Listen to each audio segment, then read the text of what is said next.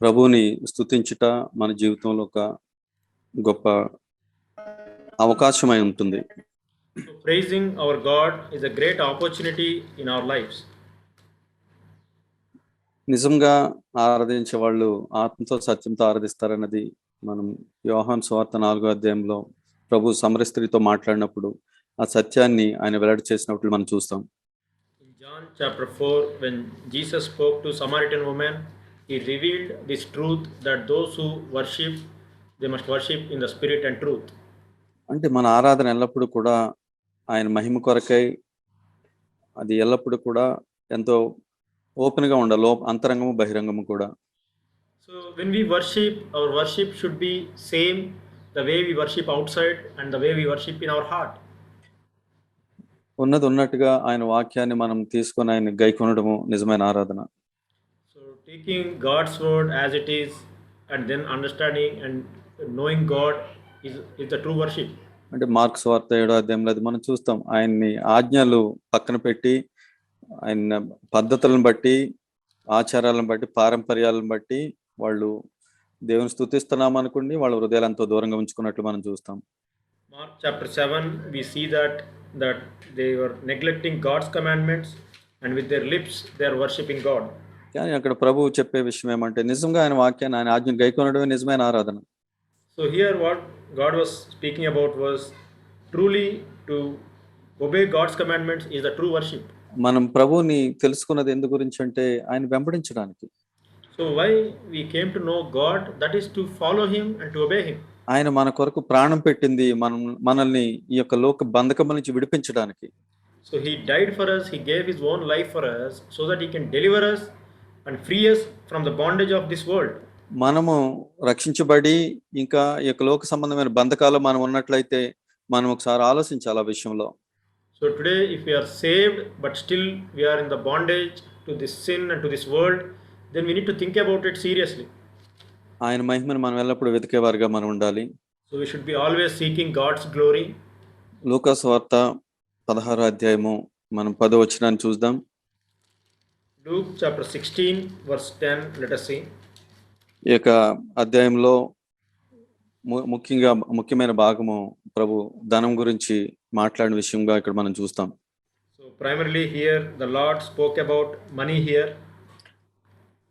అంటే 13వ వచనంలో మనం చూస్తాం, మనం 13 we see that మనం దేవుని గాని సిరిని గాని ఎవరినో ఒకళ్ళని సేవిస్తామంట. So we cannot serve two masters, we can only serve either God or money. అంటే ఎవరినో ఒకళ్ళనే మనం ఆరాధిస్తాం. So we can only worship only one. ఎవరే ఒకళ్ళే మనకు యజమానుడు. So only one can be master over us. ఒకళ్ళకే మన దాసుడై ఉంటాం. And we can only serve one master. ఒక సేవకుడు వాళ్ళ యజమానుని మాత్రమే సేవిస్తాడు. So if there is a servant, he will only serve his master. కాబట్టి ఇక్కడ యేసు ప్రభు చెప్తున్నారు, అది నేను చెప్పేది కాదు. So this is not something I am saying. Jesus was saying this. అయితే దానికి ముందు ఇంకా కొన్ని వచనాలకు ముందుకెళ్ళి 10వ వచనంలో చూసినట్లయితే ఈ విధంగా చెప్పారు ప్రభు. If you go to the previous verses, verse 10, Jesus spoke like this. మిక్కిలి కొంచెములో నమ్మకంగా ఉండేవాడు ఎక్కువలోనూ నమ్మకంగా ఉండును, మిక్కిలి కొంచెములో అన్యాయంగా ఉండేవాడు ఎక్కువలోనూ అన్యాయంగా ఉండును. So he who is faithful in a very little thing is faithful also in much, and he who is unrighteous in a very little thing is unrighteous also in much. ఇది యేసు ప్రభు చెబుతున్నారు. ఇక్కడ తెలుగు తర్జుమాలో ఏ విధంగా ఉందంటే మిక్కిలి కొంచెములో నమ్మకం ఉండడం గురించి. So in it is written in very little thing if he is faithful. కాబట్టి మనము మిక్కిలి కొంచెం అంటే ఏం ఆలోచిస్తాం? So very little thing means what? ఒక సమయంలో మిక్కిలి కొంచెం అంటే ఎంత? So if there is suppose let us take time, what is very little time? ఒకవేళ సాఫ్ట్వేర్ ఇంజనీర్స్ కి తెలుస్తుంది, అది మిల్లీ సెకండ్స్ లో చూస్తారు అది. So maybe those who are in IT, they know that they even see in milliseconds, they see in IT. ఒక bank లోకి వెళ్ళి మిక్కిలి కొంచెము ఎంత అని అడిగితే, or if you go to a bank and ask very little time means what? మీరు 1000 rupees deposit చేయాలనుకోండి, 999 రూపాయలు 99 పైసలు ఇస్తే వాళ్ళు 1000 రూపాయల కింద తీసుకోరు వాళ్ళు. So if you go to a bank and give them say like 1000 rupees you need to pay, but then you give 999 rupees, 99 paisa also if you give, they won't take, because they know the very little means what. ఎందుకని system ఒప్పుకోదు అది. అది అబద్ధం అది. Because in bank it doesn't match, that system doesn't match and it will reject. అంటే అక్కడ మిక్కిలి కొంచెం అంటే ఎంత? So there very little means what? ఒక పైసా. So even 1 paisa. ఈ విధంగా మనం అనేక విషయాలు చూసుకున్నట్లయితే మిక్కిలి కొంచెం అన్నది మన అవగాహన వేరుగా ఉంటుంది. So that way if you take many things, very little means our understanding is different. అంటే కొంతమందికి చాలా పెద్ద మొత్తం కూడా మిక్కిలి కొంచెంగా అనిపిస్తూ ఉంటుంది. For some people even a very big amount of money may look like a very little. కానీ ఇక్కడ యేసుప్రభు చెప్పింది ఏమంటే మిక్కిలి కొంచెం అంటే ఆయన చాలా మిక్కిలి కొంచెం గురించే మాట్లాడుతున్నారు. So but here Jesus, when he says very little, Jesus is talking about very little amount. అంటే ఆయన నా తల వెంట్రుకల్లో ఒక్కటి కూడా నశించిపోట ఆయనకి తెలియకోకుండా అది జరగదని చెప్తారు. So Jesus said without the Father's knowledge, even a single hair that doesn't fall down to the ground, he said like that. అంటే అది మిక్కిలి కొంచెంగా చూసినట్లయితే ఇంకా అది ఎంతో చిన్న విషయం అది. So if you compare very little thing, even this hair is like something very small thing. కాబట్టి ఆయన దాని విషయంలో కూడా నా పట్ల ఆసక్తి కలిగి ఉన్నారు. So even for that our Lord is mindful of me. ఆ ప్రభువే చెప్తున్నారు ఈ మాట, మిక్కిలి కొంచెంలో నమ్మకం ఉండమని. The same Lord is also speaking about here, be faithful in very little thing. కాబట్టి దినాన్ని నేను ఈ విషయం గురించి కొద్దిగా మీకు చెప్పాలని ఆశపడుతున్నాను. So today I want to share about this today. ఎందు గురించి అంటే మనం ఎంతో కష్ట దినాల్లో మనం ఉన్నాం. So we are living in very difficult times. దినాలు ఇంకా కష్టంగా ఉంటాయి ముందు.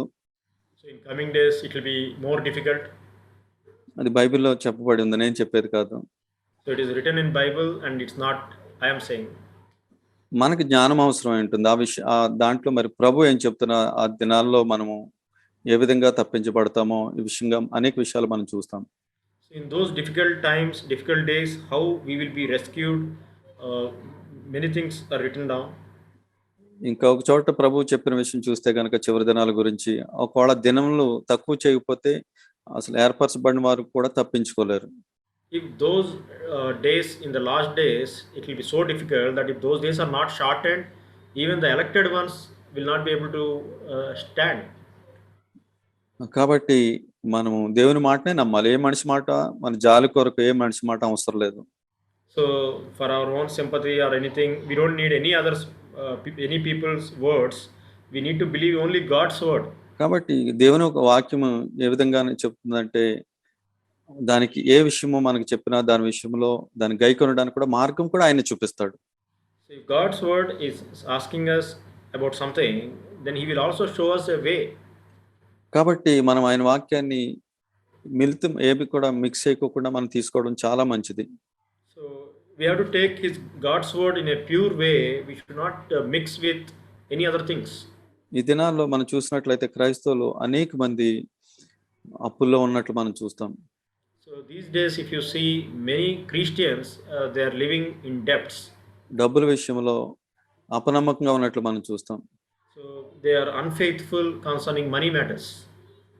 ఎంతో మంది అప్పుల బాధతో కృంగుతున్నట్లు మనం చూస్తాం. So we see many people are weary and they are weighed down with so many debts in their life. కొంతమంది క్రైస్తవులు ఈ విధంగా అనుకుంటారు, సంఘం నాకు సహాయం చేసి అప్పులు తీర్చేస్తే బాగుండని అనుకునే వాళ్ళు కూడా చాలా మంది ఉంటారు. And among them some Christians, they even think that if church can come forward and clear all my debts, it will be wonderful. లేకపోతే ఇంకా అనేక విధాల గురించి ఆ విధంగా తప్పించబడడానికి అనేక విషయాల గురించి ఆలోచిస్తూ ఉంటారు. Or to come out of those debts, those situations, they think like this in many different thoughts. అయితే దేవుని వాక్యం ఏం చెప్తుంది అప్పు విషయంలో మనం చూసినట్లయితే మనకు తెలుసు, రోమీయులకు రాసిన పత్రిక 13వ అధ్యాయం 8వ వచనంలో ప్రభు విధంగా చెప్తున్నారు, దేవుని వాక్యం విధంగా చెప్తుంది. But if you see what God's word talks about this matter, Romans chapter 13, we can see that verse. 8వ వచనం మనం చూసినట్లయితే verse 8, ఒకరినొకడు ప్రేమించుట విషయంలో తప్ప మరేమియూ ఎవనికి అచ్చి ఉండవద్దు. owe nothing to anyone except to love one another. కాబట్టి అంటే నేను మొదటి భాగమే చదివాను. I read only first part. ఇక్కడ దేవుని వాక్యం పరిశుద్ధాత్ముడు ఏం చెప్తున్నాడంటే, ప్రేమించే విషయంలో తప్ప మరి దేని విషయంలో ఎవరికి ఏమి అచ్చి ఉండవద్దు. So we should not owe or indebted to anyone else, but only in the matter of love we are indebted to each other. నిజంగా యథార్థంగా మనము దేవుని సన్నిధికి వచ్చినట్లయితే, With the honest heart, if we come into God's presence, మనం అనేక సంవత్సరాల నుంచి సిఎఫ్సిలో మనం ఉంటున్నాం. for many years we have been living in CFC. ముఖ్యంగా జాక్ బ్రదర్ ఒక్కరే డబ్బుల గురించి నొక్కి చెప్పడం మనం చూస్తాం. So especially only Zach brother emphasizes on the money matters so much, to be faithful in money matters, చాలా హెచ్చరికతోటి. with so much of warning. కాబట్టి అంటే యథార్థంగా ఉండడం, ఫెయిత్ఫుల్ గా ఉండడం, రెండు విషయాల గురించి కూడా చెప్పడం మనం చూస్తాం. So brother Zach so much emphasizes on being righteous in money matters and to be faithful in money matters. మీరు కూడా అనేక విని ఉంటారు. So you also might have heard many times. అంటే నేను చెప్పాలనుకున్నది ఏమంటే, ఆ యొక్క హెచ్చరిక నాకు ఏ విధంగా మేలు చేసిందో చెప్పాలనుకుంటున్నాను. So what I want to share is that strong warning from our brother, how it helped me in my life, I want to share. మా జీవితంలో ఈ దినం వరకు ఏ విధంగా సహాయం చేస్తుందో అది చెప్పాలని నేను ఆశపడుతున్నాను. So till today, how that warning was helping us in my family life, I want to share. అంటే దేవుడు అప్పు చేయొద్దని నాతో, అంటే అప్పు ఎవరికి అచ్చి ఉంటుందని చెప్పిన వాడు నాకు సహాయం చేయకపోతే ఏ విధంగా ఉండగలను? So if this God's word, if Lord is telling that don't be in debt to anyone, and same word if He's commanding like that, then how can God doesn't provide a way that I can live a life without falling in debt? అంటే ఆత్మతో సత్యంతో ఆరాధించాలని చెప్పిన దేవుడు నన్ను ఆత్మతో నింపకపోతే నేను ఏ విధంగా ఆరాధించగలను? If God has commanded me to worship in spirit and truth, and if He doesn't fill me with Holy Spirit, then how can I worship? కాబట్టి నిత్యంగా ఆయన ఆత్మతో నింపి ఉంటేనే అది మనల్ని చేయమని అడుగుతాడు. So only if He is pouring out His Holy Spirit and filling me, then He can command me that worship in spirit and truth. అయితే అది నింపబడడానికి వెల చెల్లించడానికి నువ్వు సిద్ధంగా ఉన్నావు లేదా అన్నదే ఆ సమస్య. But to be filled with the Holy Spirit, are you willing to pay the price? That is the question. అయితే గత 20 సంవత్సరాల నుంచి మేము ఈ యొక్క హెచ్చరిక పొంది అభ్యాసం చేస్తున్న కొన్ని విషయాలు మేము చెప్పాలనుకుంటున్నాను. So for last 20 years, we have taken this warning in our lives and how we are exercising and practicing. I want to share a few points. మేము ప్రభువుని తెలుసుకున్నది, నేను తెలుసుకున్న 98లో ఒక మంచి పునాది అనే పుస్తకం ద్వారా నేను పట్టబడ్డాను. I was gripped and I came to know the Lord through a book that is called Good Foundation. Jack brother రాసిన బుక్ అది. It's written by brother Zach. అయితే ప్రభు వైపు నేను తిరిగి రక్షణ పొంది ఉన్నాను. So I turned to the Lord. I was saved. అప్పటికి మా యొక్క ఆర్థిక పరిస్థితి ఎంతో ఘోరమైన స్థితిలో ఉంది. So at that time, my financial condition was in so difficult situation. మా కుటుంబ పరిస్థితి కొన్ని లక్షల అప్పు ఉన్నాం మేము. So our family condition was that we are in debt and loans for almost many lakhs.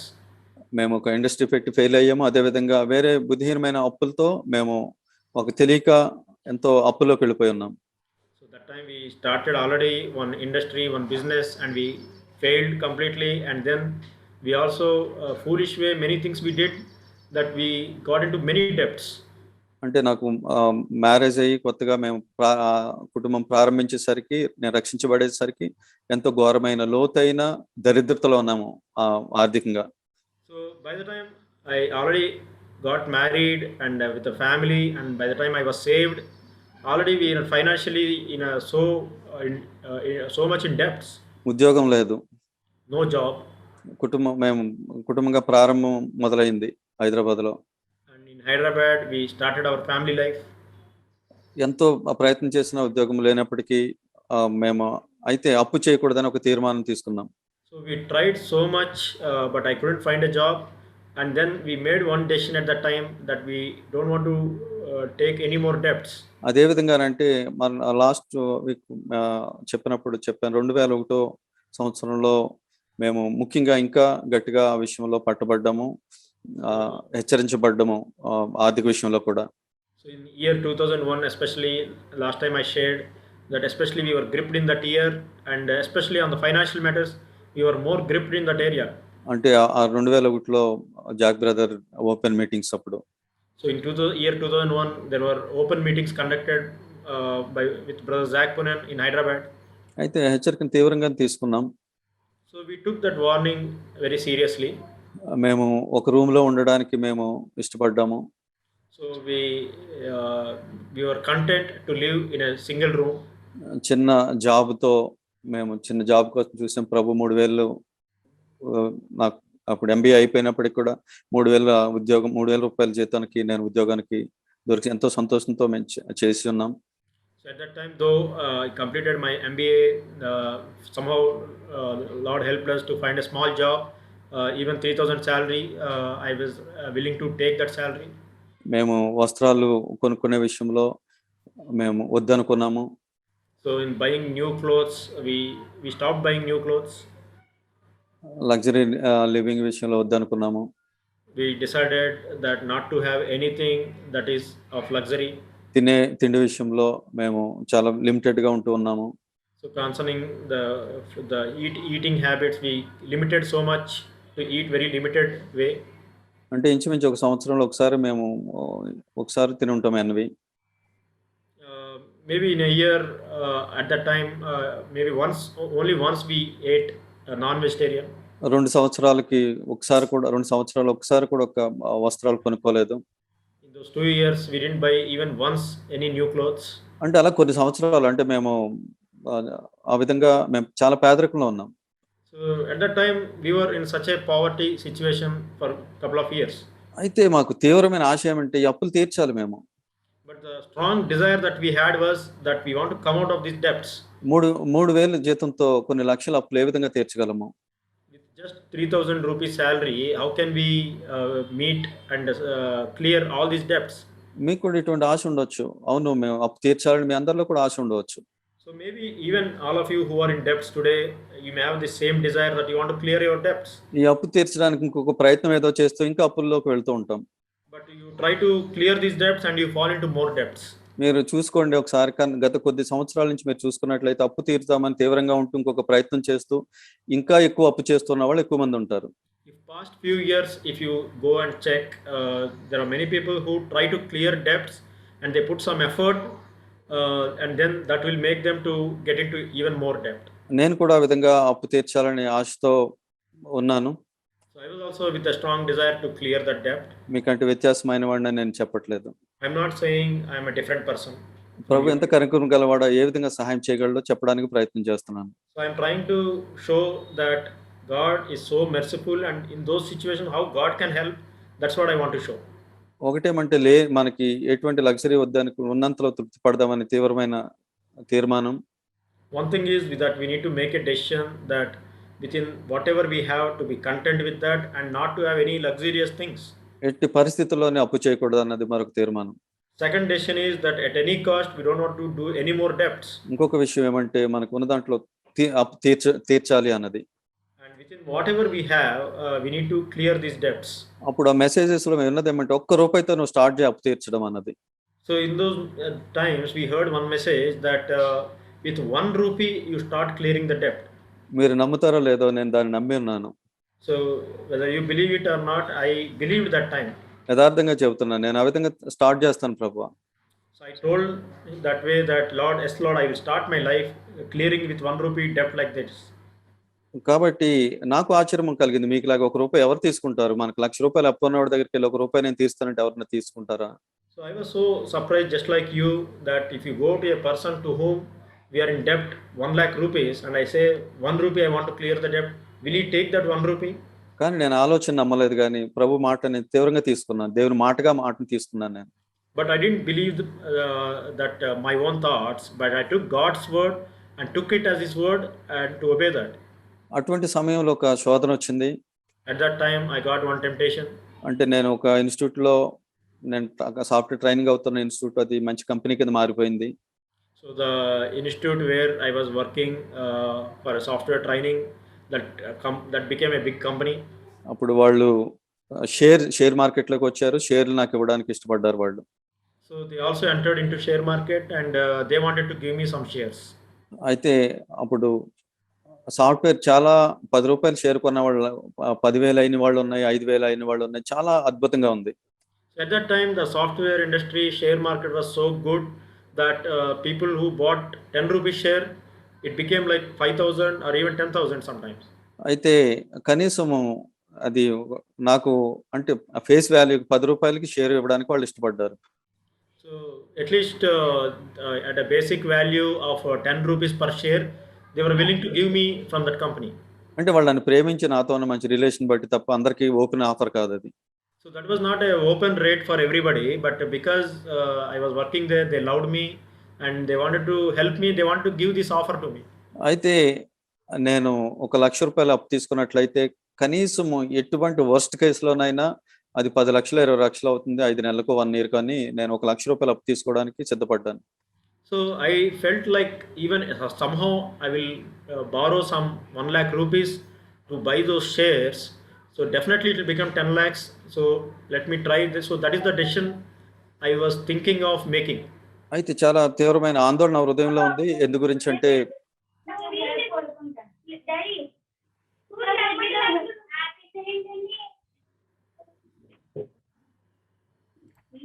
దయచేసి రాధాకృష్ణ అనే ఫోన్ నెంబర్ మ్యూట్లో పెట్టుకోండి. కాబట్టి నాకు ఎంతో తీవ్రంగా ఉండేది. అంటే అప్పు తీర్చడానికి మంచి నిర్ణయమే కదా అనుకున్నాను నేను. So I thought this is one good opportunity to clear all my debts. కానీ ఈ విధంగా అవకాశం రావడం కూడా అద్భుతమే. దేవుడు తెరిచిన అవకాశంగానే కనిపిస్తుంది. So I was also feeling that this is something, the opportunity that God gave me before me. కాబట్టి ఆ విషయంలో ఎంతో ఆందోళన ఉంది. ఏ విధంగా నిర్ణయం తీసుకోవాలి, ఎవరిని అడిగితే ఎవరినన్నా మంచి అవకాశం రాజుని వదులుకోక అన్నారు నన్ను. So whomever I discussed this matter to get some counsel, everybody was saying that it's an excellent opportunity. Raju, don't miss it. అయితే నాకు ₹1,00,000 అప్పు ఇవ్వడానికి కూడా రెడీగా ఉన్న వ్యక్తి వచ్చేసారు. And there are people also, they came forward to help me to give, to lend me 1 lakh rupees. ఒకవేళ నువ్వు తీసుకోకపోతే చెప్పి నేను తీసుకుంటాను నీ పేరు మీద అని చెప్పారు. So if you are not willing to take, borrow this money, let me know. I will buy shares in your name. అయితే నేను ఏదో కొనుక్కోవడానికి కాదు, కేవలం అప్పు తీర్చాలి. యేసుప్రభు బిడ్డగా ఉన్న ఈ భూమి మీద నిజమైన దేవుని కలిగి ఉండి ఆయన ఆజ్ఞ నేను నెరవేర్చలేని వాడుగా నేను ఉన్నట్లయితే అవమానం తీసుకొచ్చేవాడుగా ఉంటాను. So it is not about somehow buying some shares, but if I don't be faithful in this matter, then I will bring shame to the Lord's name. కాబట్టి ఈ విధంగా అనుకున్నప్పుడు ప్రభు నాతో మాట్లాడమని ఎంతో ఆసక్తితో అడుగుతున్నాను. So I was so desperate and asking the Lord to speak to me. నాకు తరుణం దగ్గరికి వచ్చేస్తుంది. ఇంకా కొద్ది రోజులే ఉంది నేను డిసైడ్ అవ్వడానికి. So the due date was approaching, that I had a very less time to decide whether I want to buy those shares or not. నిజంగా ప్రభు ఎంత ఆశ్చర్యకరంటే అది మే నెలలో 2001 మే నెలలో ఫాలో అప్ మీటింగ్స్ పెట్టారు జాక్ బ్రదరు. 2001 జనవరిలో జరిగిన మీటింగ్స్ కి ఫాలో అప్ మీటింగ్, ఒక్క రోజు మీటింగ్ 4 సెషన్స్ మేలో పెట్టి ఉన్నారు. So we had originally the open meeting with Brother Zach in January in 2001, but then they had arranged a follow up meeting in May month of 2001. In a wonderful way, God planned that way. అయితే దానికి వెళ్ళిపోయాను నేను ఆ meeting కి. So I went to attend those meetings. ఫ్యామిలీతో వెళ్ళాం. So we went to attend with family. నాతో మాట్లాడు ప్రభు అని ఒకే దప్పిక. So only one thirst, that Lord speak to me. నేను ఏదైనా నేను లోబడడానికి సిద్ధంగానే ఉన్నాను. Whatever it is, Lord, I am ready to show and submit to that word. అయితే ఆ ప్రభు ఆశ్చర్యంగా అందులో ఒక మీటింగ్ లో ఈ విధంగా మాట్లాడారు. So in a wonderful way, in that meeting, Lord spoke to me. అదేమంటే ఇప్పుడు డబ్బులు లేకుండా కొని షేర్లు కానీ లేకుంటే ఇన్స్టాల్మెంట్ల కింద కానీ తర్వాత తీర్చే వాళ్ళ గురించి మాట్లాడారు. So the Lord spoke to me in that message. It clearly talked about those who don't have money and they are borrowing and buying shares, and later on they want to clear the debt. So that type of people the message talked about. నిజంగా దేవుడు ఎంత సూటిగా నాతో మాట్లాడాడో. So Lord, so straightforward way, Lord spoke to my heart. ప్రభువాను అది ఒకవేళ తర్వాత ఒక share value 5,000 10,000 అయినా అవసరం లేదు, నువ్వు వద్దన్నా వద్దు ప్రభువా. Lord, that share value from 10 rupees it may become 5,000 or 10,000. I don't want that, Lord. You said no, I don't want this. కాబట్టి ఆ విధంగా వద్దనుకున్నాం. So then we made a decision that I don't want to buy those shares. అయితే దేవుని మాటకు విధేయత చూపించున్నాం. So and we showed obedience to God's word. నేను వద్దని చెప్పేశాను ఈ షేర్లను తీసుకోనని. So I told my company that I don't want to take these shares. మీరు నమ్ముతారో నమ్మరో, అది ఒక సంవత్సరం తర్వాత ఆ షేర్ వాల్యూ 50 పైసలు అయింది. So whether you believe it or not, after 1 year the share value became 50 paisa. ఎందు గురించి అంటే అప్పుడు రెసిషన్ వచ్చింది. So because that time the great recession came, నేను అప్పు తీర్చడానికి బదులు మరింత అప్పులోకి వెళ్ళేవాడిని. instead of clearing my debts by buying those shares, I could have gone into deeper debts. నిజంగా ఆయన మాట ఎంత మంచిది. So his word is so good. అయితే అప్పుడు మాకున్న దానితోటి ఏది చిన్నదున్న అది అమ్మి తీర్చడం మొదలుపెట్టాం.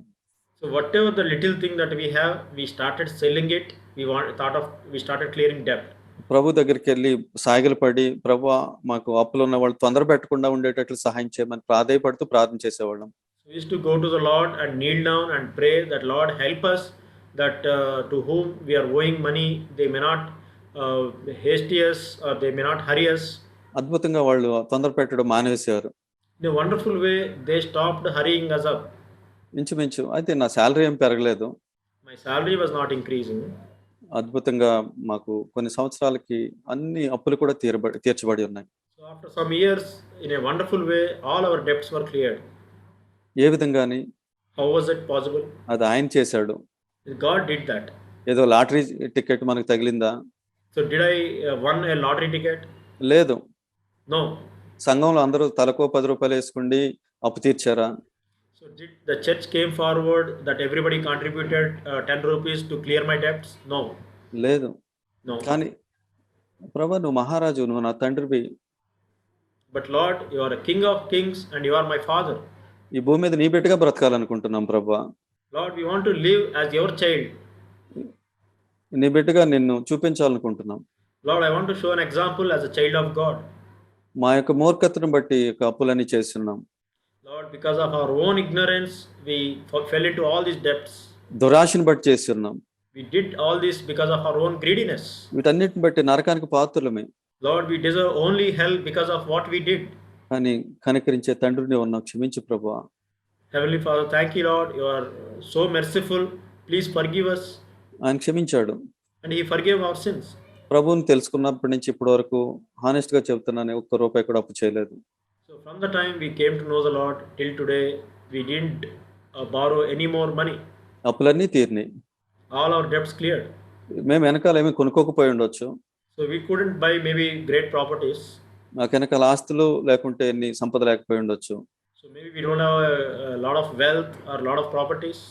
ఒకవేళ ప్రభు ఈ దినాన్ని మా ఇంటికి వచ్చి నీ లెక్కలన్నీ చూడాలంటే నేను ధైర్యంగా ఆయనకి ఇచ్చేసేటట్టే ఉన్నాను నేను. So today, if the Lord comes to my home and asks me to show all the accounts of my finances, I am very open and ready to show. ప్రేమ విషయంలో తప్ప ఎందులో నచ్చున్నావంటే, అవును ప్రభా ప్రేమ విషయంలో తప్ప మరి దేంట్లోనే ఎవరికి నేను నచ్చలేను. So other than the loving one another, is there anything else that you owe to anybody? I would say yes, Lord. Only in love I am owing, but not in anything else. దయచేసి ఇది రాజు యొక్క భక్తి అనుకోవద్దు. So don't think that it is Brother Raju's godliness. ప్రభు ఇచ్చిన యొక్క హెచ్చరిక నేను తీవ్రంగా తీసుకున్నాను. So I took the warning that Lord gave in my life. I took it seriously and radically. Hebrews 13వ అధ్యాయము Hebrews 13, 5-6 వచనాలు. verse 5 and 6. ధనాపేక్ష లేని వారే మీకు కలిగిన వాటితో తృప్తి పొంది ఉండుడి. నిన్ను ఏమాత్రమును విడువను, నిన్ను ఎన్నడను ఎడబాయను అని ఆయనే చెప్పాను కదా. కాబట్టి ప్రభు నాకు సహాయకుడు, నేను భయపడను, నరమాత్రుడు నాకేం చేయగలడు అని మంచి ధైర్యంతో చెప్పగలవారమై ఉన్నాము. ఈ రెండు విషయాలు చూసినట్లయితే అద్భుతమైన హెచ్చరిక. So here these two, if you see, is a great warning ఎంతో అద్భుతమైన వాగ్దానం, comfort. and a wonderful promise and comfort also is given. ఇది కండిషన్ తో కూడింది ఇది. But this promise depends on a condition. నేను ధనాపేక్ష లేకుండా ఉండి నేను కలిగింది ఆయన ఏదైతే ఇచ్చాడో దాంతో నేను తృప్తి కలిగి ఉండి ఉన్నట్లయితే, If I don't have love of money and if I am content with what I have, తృప్తి కలిగి ఉండడం అంటే అపారమైన సంతోషం ఉంటుంది. స్తుతిస్తా, నిజమైన తృప్తి. so being content means that worship will come. They praise God for whatever they have. కాబట్టి ఆ విధంగా నేను స్తుతించలేకపోతున్నట్లయితే కనుక నేను తృప్తి కలిగి లేను ఆయన ఇచ్చిన దాంతో. If I'm not able to be satisfied and praise God like that with what I have, then I'm not content with what I have. అంటే మీరు ధనం కలిగి ఉండొద్దని నేను చెప్పట్లేదు. So I'm not saying that don't have money. ధనాపేక్ష గురించి చెప్తున్నాను. So I'm talking about love of money. అనేక మందికి ధనం కలిగి ఉండటం చాలా మంచిది. So having money is a good thing. వాళ్ళు ధనాపేక్ష లేని వారుగా కూడా ఉండవచ్చు. So maybe there are many people having a lot of money but they are not having any love of money. అయితే నేను దురాపేక్ష పరుణ్ణి. నేను but I am a greedy person. నేను ఎంతో ధనాపేక్ష కలిగి నేను నా జ్ఞానంతో నా తెలివితేటలతో ఎంతో గొప్ప సంపాదన సంపాదించి ఉన్నతమైన స్థితిలో ఉండాలని ఎంతో ఆపేక్ష కలిగిన వాడిని. So I was living such a way that I had so much love of money and greediness that I want to gain lot of wealth and I want to be so rich. కానీ ప్రభు నా జీవితాన్ని మార్చివేశారన్నారు ఆయన నా జీవితంలోకి వచ్చి. But Lord came into my heart, my life, and He turned my life. నాకు ఇప్పుడు ఈ లోకం సంబంధించిన దెబ్బకి నాలో లేదు. Now I don't have any such thirst of concerning this world. నేను ప్రతి చిన్న విషయంలో కూడా ఫెయిత్ఫుల్ గా ఉండాలని నేను ఆపేక్షిస్తున్నాను. So I'm desiring that in every little thing I want to be faithful. ఒక్క రూపాయి విషయంలోనైనా, So even 1 rupee చాలా చిన్న సమయం విషయంలోనైనా, or very little time, కాబట్టి అనేక విషయాల్లో, many things like that. కాబట్టి ఆ విధంగా నేను ఉంటే పెద్ద విషయాల్లో కూడా నేను ఉంటానంట. So if I am in very little things, if I am faithful, even very big matters, I will be faithful. ఎందు గురించి అంటే అప్పుడు ఆయన ఉంటాడు నాతోటి. So because God will be with me. ఎందు గురించి అంటే మీరు ఇక్కడ అక్కడ మీరు లోకా సువార్తలో చదివిన విషయాన్ని ఇక్కడ పోల్చుకున్నట్లయితే అదే చెప్తున్నాడు. ఆయన నాకు సహాయకుడు కాబట్టి నేను భయపడే విషయాలు వచ్చినప్పుడు ఆయన నాకు తోడుగా ఉంటాడు. So if you compare what we read before and the verse here in Hebrews 13, the Lord is my helper and I will not be afraid. అందు గురించి మనం చూస్తాం, పుచ్చుకున్నట్టు కంటే ఇచ్చుట ధన్యమన్న దేవుని వాక్యాన్ని. So in God's word also we see that it's more blessed to give than to receive. ఆయన నాకు ఇవ్వకపోతే నేను ఏ విధంగా తలకిస్తాను? So if God is not giving me, then how can I give to others? కాబట్టి అనేక మంది ఒకవేళ ఎవరైనా మీరు అటువంటి ఇబ్బందులు వెళ్తున్నట్లయితే మీతో నేను ఈ విషయాన్ని పంచుకుంటున్నాను, నా యొక్క సాక్ష్యాన్ని. So many of you, if you are going through this type of difficulties, I want to share from my life. అంటే ఇంకొకటి ఏదో పెద్దది కొని అది పెరిగిన తర్వాత ఇది తీరుస్తాము ఇలాగని, ఇది దురాపేక్ష ఇది. So buying something and if that rate increases, then some profit will come, then I will clear other debts. So thinking like that is with the greediness. ఒకవేళ నువ్వు డబ్బులుండి దాచిపెట్టుకొని ఇన్వెస్ట్మెంట్ కోసం ఉంటే అది మంచిది, ఆ విధంగా నువ్వు దాచుకుంటే మంచిదే. So if you have some money and in your savings and if there is something you want to buy as investment, so that is a good wise decision.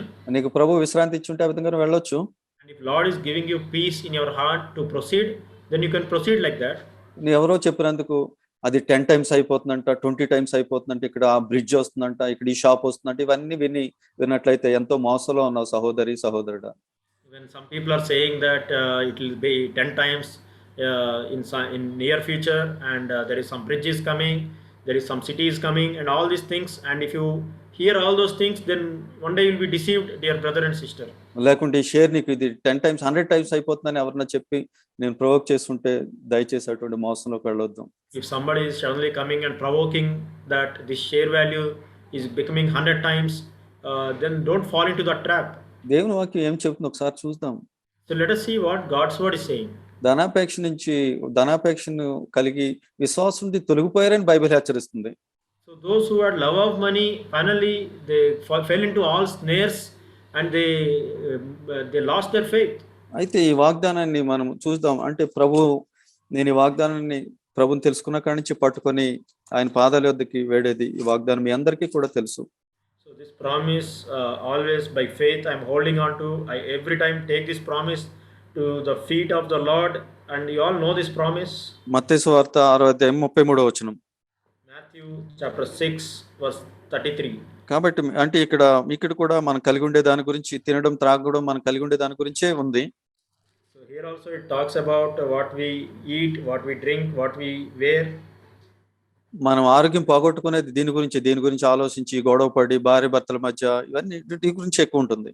So most of the times we even spoil our health, we spoil our peace, everything, because we argue for these things, the earthly things, and with our even husband and wife they argue with each other. ఈ యొక్క వాగ్దానం చదివే ముందు ఇంకొక మాట చెప్తాను. So before reading this promise, I want to share one word.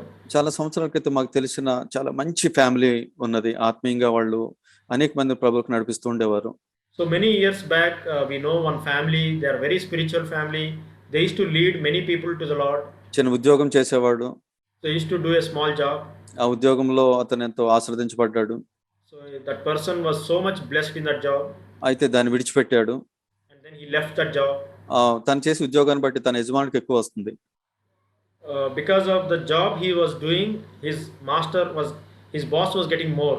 అదే business చేస్తే ఇదంతా కూడా లాభం అంతా నాకే వస్తుంది కదా అని ఆశపడి ఆ విధంగా స్టార్ట్ చేశాడు. So he got one desire one day that if I start the same business, then all the profit my boss was getting, I can also get that profit. ఆ విధంగా స్టార్ట్ చేశాడు. So he started like that. తన భార్యతో చెప్పాడంటే ఒకసారి నాకు 15 అప్పట్లో ఎప్పుడంటే ఇంచుమించు 20 సంవత్సరాల క్రితము 15 సంవత్సరాల క్రితం ఇది. So 15 years back he told his wife like this. 15 lakhs నేను సంపాదించి అంత పక్కన పెట్టి దేవుని సేవ చేస్తాను, అది గురి అతనికి. So his goal was that somehow he wants to earn 50 lakhs money and then he will save it and then he will come to full time serving God. కాబట్టి ఆ విధంగా ప్రారంభించి కొంతవరకు బాగానే వెళ్తున్నాడు. He started like that and for some time he progressed very good way.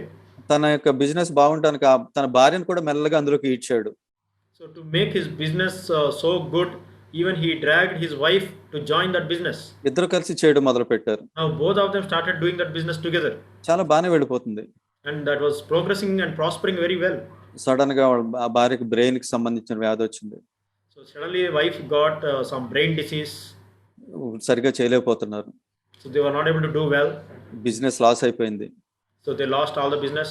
కొద్ది రోజులకు అనేక మందికి అప్పులు అయిపోయారు. So in very few days or sometime they fell in so many debts to so many people. ఇల్లు వదిలి పారిపోయారు వాళ్ళు. So they left the house and they ran away. నాకు తెలిసిన సహోదరుడు. So I know this brother very well. ముగ్గురు చిన్న పిల్లలు. So they have 3 little children. ఎంతో ఘోరమైన స్థితి. So what a sad thing. వాళ్ళ గురి ఏంటి? What is their goal?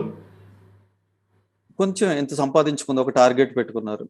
So we'll earn some little money and that was their target. Reach అయ్యారా? Did they reach the target? లేదు. They didn't. ఆత్మీయంగా ఎదిగారా? Spiritually did they progress? ఉన్నదానికంటే దిగజారిపోయారు. So they have fallen even much more backslidden. ధనాపేక్ష అంత ఘోరమైన స్థితికి తీసుకెళ్తుంది. So the love of money can take us to such a wretched condition. సహోదరులారా, ఎవరైతే అప్పులు ఉన్నారో వాళ్ళందరూ కూడా మీరు దయచేసి జాగ్రత్తగా పరిశీలించుకోండి. So dear brothers and sisters, those who are in debts, please examine your lives. నిజంగా జీవం గల దేవుడు నీకు ఉన్నట్లయితే, తండ్రి ఆయన అన్నట్లయితే నిత్యంగా నువ్వు వాటి నుంచి బయటపడగలవు. If the living God is there in your life, the King of Kings, the Heavenly Father, then definitely you can come out of those debts. నువ్వు బయటపడట్లేదంటే నువ్వు వర్షిప్ చేసేది వేరే ఒకళ్ళని. So if you are not coming out of those debts, then you are worshiping someone else. అదే ఇక్కడ వాక్యం చెప్పింది, లోకసువార్తలో మనం చూసింది. So that's what the word we have seen in Luke Gospel. కాబట్టి దాని నుంచి తిరిగినట్లయితే దేవుడు దీవిస్తాడు. So if you turn away from those things, the Lord will help us. మత్తయి 6:33 చూద్దాం. కాబట్టి మీరు ఆయన రాజ్యమును నీతిని మొదట వెతుకుడి, అప్పుడు అవన్నీ మీకు అనుగ్రహింపబడును. So Matthew 6:33, but seek first his kingdom and his righteousness and all these things will be added to you. కాబట్టి ఆయన రాజ్యం నీతిని వెతకడం అంటే సేవ చేయడం కాదు. Seeking first his kingdom and his righteousness, it doesn't mean that to do full-time service to God. ఆయన హృదయపూర్వకంగా ఆయన ఆజ్ఞకు లోబడడము. So wholeheartedly to yield and submit, to show obedience to God's word. ఆయన మహిమ కొరకు దేన్నైనా ఇవ్వడానికి సిద్ధంగా ఉండడం. For the glory of God, to give up anything in our lives. ఎన్ని స్టెప్స్ అయినా దిగడానికి సిద్ధంగా ఉండడము. We'll be willing to humble ourselves and come down whatever number of steps to glorify God. ఎంతో దురాపేక్ష కలిగిన నన్ను మార్చిన దేవుడు నిన్ను కూడా మార్చగలడు. Such a person living with so much greediness in my heart, if God could convert me like this, then God can change your life also.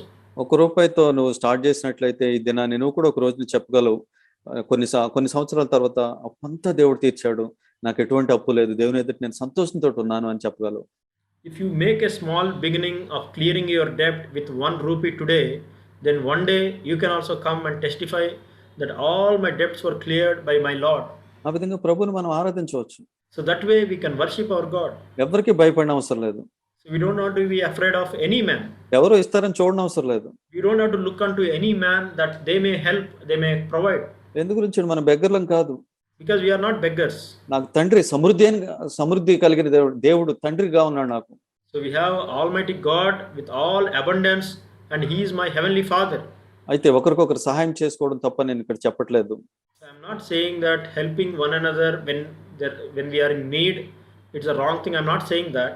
దేవుని ఆజ్ఞకు లోబడుకోకుండా luxury life కోసము అప్పుల్లోకి వెళ్ళిపోయి ఇంకా అది తీర్చుదామని మరొక తప్పు చేస్తున్న వారి గురించి చెప్తున్నాను. So I'm talking about those without showing obedience to God's commandments or God's word, and in a greedy way to live a luxurious life, to fall into more debts and more debts. I'm talking about those people. Godly man గా కొంతమంది చెప్పే మాటలు మీరు వినవద్దు, ధనం గురించి మోసంలో పడేయడానికి. So some people pretend as if they are godly men, and they lead you into all type of the love of money and temptations. Don't fall into those traps. ఒకవేళ అది రాజు brother అయినప్పటికీ కూడా, Even though if that is from Raju brother. Brother నువ్వు వెళ్ళి ఇక్కడ ఈ ఉద్యోగం మారు, ఇందులో ఎక్కువ వస్తుంది, నేను ఇక్కడ ఆన్ సైడ్ పంపిస్తారు అని నేను ఏదైనా చెప్పి మనం ప్రొవోక్ చేసినట్లయితే ఆ మాట వినొద్దు. If I am provoking that, brother, you resign this job, there is another job, they will send you to America or some country and you can earn more money. If somebody provoking like that, even if it is me, don't believe that. దేవుని మాట నమ్మండి. Believe in God's word. దేవుని భయభక్తులు కలిగి ఉండి మిమ్మల్ని సవాల్ చేయగలిగే వారిని వెంబడించడానికి ప్రయత్నం చేయండి. So try to follow those people who are living with the fear of God and who challenge you with their lives to live a godly life. పాపం నుంచి ఎంత నేను విడిపించబడ్డాను అన్న దాని గురించి తీవ్రంగా ఆలోచిద్దాం. So let us take radically and think about how much I can be delivered from sin. ఈ యొక్క ప్రయాణంలో చేయి పట్టుకుని ఆ విధంగా మనం ముందుకు వెళ్దాం. So in this journey towards heaven, let us hold each other's hands. Let us walk with that faith. ప్రభువుని మనం స్తుతిద్దాం. So let us praise. పరలోకమందున్న మా తండ్రి, జీవం కలిగిన మా దేవ, మీ ఘనమైన నామమునకు వందనములు స్తోత్రములు. నీ స్తుతిస్తున్నాం, నేను ఆరాధిస్తున్నాం. మీరు మా పట్ల మీరు చేసిన మేలును బట్టి వందనాలు. ఇదిగో నాయన, ఒకవేళ సాక్ష్యము నాయన తండ్రి ప్రభు పంచుకున్నా ఉంటుంది, కేవలం నీ అపారమైన కృప కనికరము నువ్వు చేసిన మేళ్ళు, సంఘము, హెచ్చరిక, నీ వాక్యము, పరిశుద్ధాత్మ సహాయం, మరొకటి ఏదీ లేదు ప్రభు. అందుని బట్టి నీ స్తుతిస్తున్నాం. మేమంతా మిస్టేక్ చేసేవాళ్ళం, అయినప్పటికీ నువ్వు మా మంచి తండ్రిగా ఉన్నావు. అందుని బట్టి నీ స్తుతిస్తూ నాయన, నీకు నమ్మకంగా ఈ భూమి మీద మేము జీవించడానికి, నిన్ను మాత్రం మహిమపరచడానికి సహాయం చేయమని మా పిల్లలందరినీ జ్ఞాపకం చేసుకోండి. ఆ యొక్క ఇబ్బందులు, ఇరుకుల్లో, శోధనలో, ముఖ్యంగా ఫైనాన్షియల్ డిఫికల్టీస్లో వెళ్తున్న వారిని నాయన తండ్రి వాక్యం ద్వారా నాయన తండ్రి ప్రభువా మీరే హెచ్చరించి బలపరిచి నాయన లేవనెత్తి నాయన తండ్రి నడిపించమని, కృప చూపించమని, అపవాది యొక్క ప్రతి కార్యమును నాయన తండ్రి లయం చేసినందుకు స్తుతిస్తూ ప్రభువైన యేసుక్రీస్తును ఆరాధిస్తున్నాం తండ్రి. ఆమేన్.